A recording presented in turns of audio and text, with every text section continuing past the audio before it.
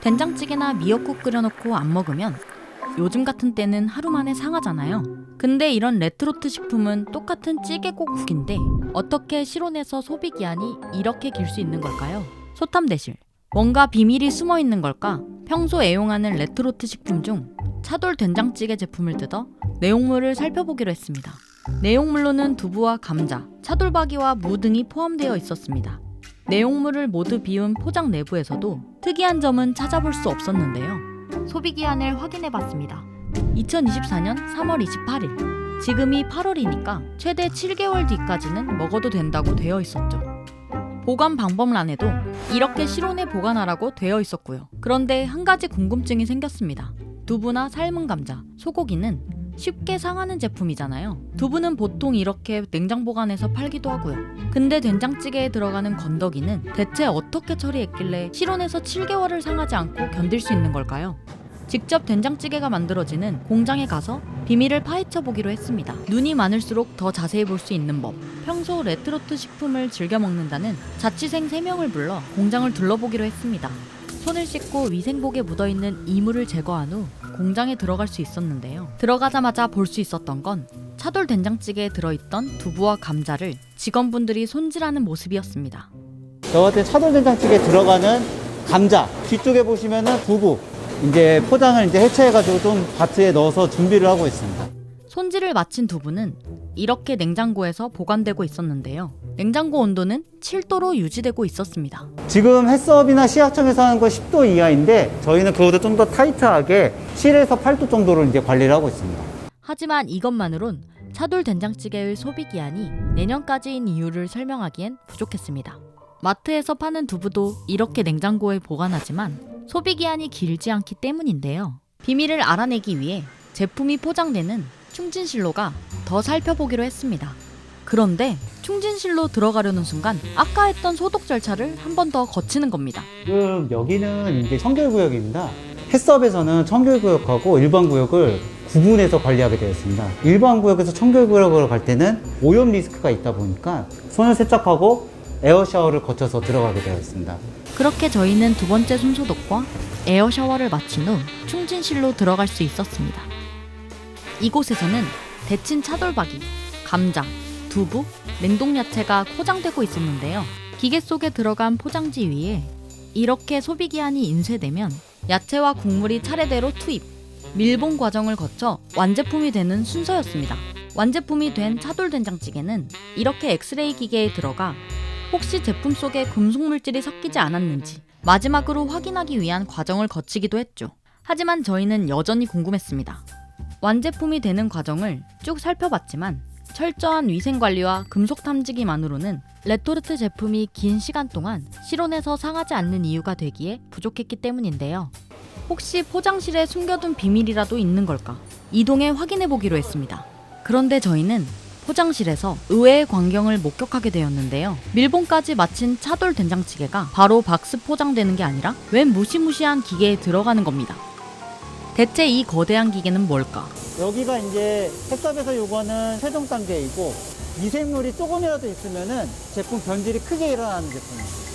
그런 미생물들을 없애는 게 일단 시약청 기준상에 121도로 4분 이상입니다.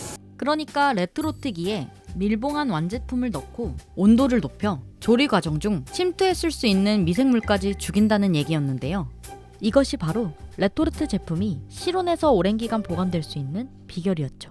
이렇게 차돌 된장찌개는 마지막 멸균 과정을 거치고 나서야 박스에 포장되어 소비자에게 전달될 준비를 마쳤습니다. 그런데 저희는 한 가지 궁금증이 생겼습니다. 공장을 구경하던 도중 계속 등장했던 햇섭. 햇섭에서 요거는 햇섭이나 시약청에서 하는 거 햇섭에서는 대체 햇섭이 뭐길래 공장의 곳곳에 영향을 미치는 걸까? 저희는 햇섭이라는 관리 체계의 주체인 식약처를 찾아가 물어보기로 했습니다. 햇섭은 나사에서 우주 비행사들의 섭취하는 식품에 대한 안전관리를 철저히 하기 위해서 만든 시스템입니다.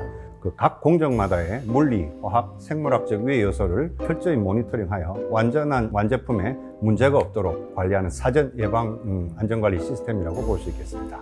레토르트 식품의 경우 장기간 보존을 해야 되면 제품 자체에 균이 하나도 있으면 안 됩니다. 자칫 관리가 잘못되었을 경우에는 크나큰 문제가 발생할 수 있기 때문에 살균과 멸균 시설이 반드시 구비가 되어 있어야 되고 햇섭의 의무 적용 대상 품목으로 지정이 되어 있습니다. 특성상 위생이 중요하기 때문에 식품 안전관리 시스템인 햇섭 인증을 반드시 받아야 한다는 건데요. 그리고 햇섭 인증을 받기 위해서는 에어샤워와 같은 위생관리 시설과 레토르트기와 같은 멸균 시설은 꼭 갖춰야 하는 의무사항이었던 거죠.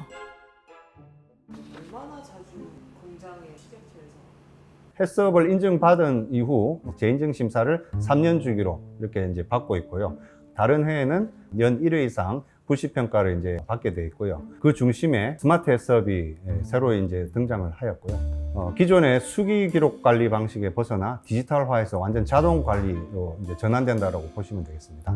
기존의 수기 관리 기록 방식은 뭐 예를 들면 한 2시간 간격에 종사자가 한 번씩 이렇게 확인하고 기록하는 체계였다면 디지털 관리는 실시간으로 초단위, 분단위로 지속적으로 기록을 하기 때문에 관리의 그 신뢰도도 높아질 수 있는 그런 시스템이라고 볼 수 있겠습니다. 그럼 공장 층에서 부르는 별명 같은 게 있을 것 같아요. 오늘 약간 좀 번외이기는 한데 그 햇섭이 이니셜이 이제 HACCP라고 이렇게 하잖아요. 그 영어를 풀어보면 Hazard Analysis and Critical Control Point가 이제 맞는데 그거를 조금 이제 뭐 재밌게 하기 위해서 Have a cup of coffee and pray. 커피 한잔 하고 이제 기도해달라. 뭐 인증받기가 옛날에 너무 까다로워. 뭐 지금도 마찬가지지만 뭐 제발 인증 좀 한 번에 되게 해달라라는 차원에서 뭐 기도하고 막 뭐 그랬다는. 예. 공장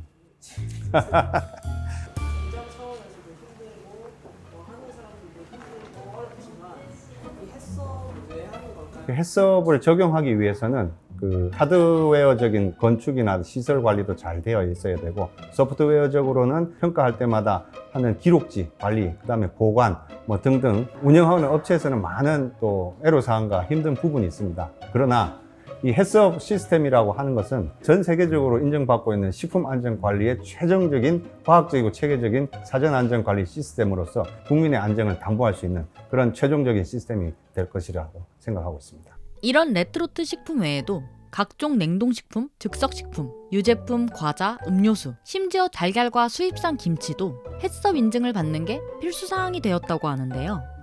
다시 마트를 가보니 여기도 햇섭, 저기도 햇섭, 거기도 햇섭, 햇섭이 아닌 식품을 찾는 게 더 어렵더라고요. 늘 곁에 있었지만 정확히 몰랐던 햇섭 마크의 의미, 이젠 제대로 알고 소비할 수 있을 것 같습니다.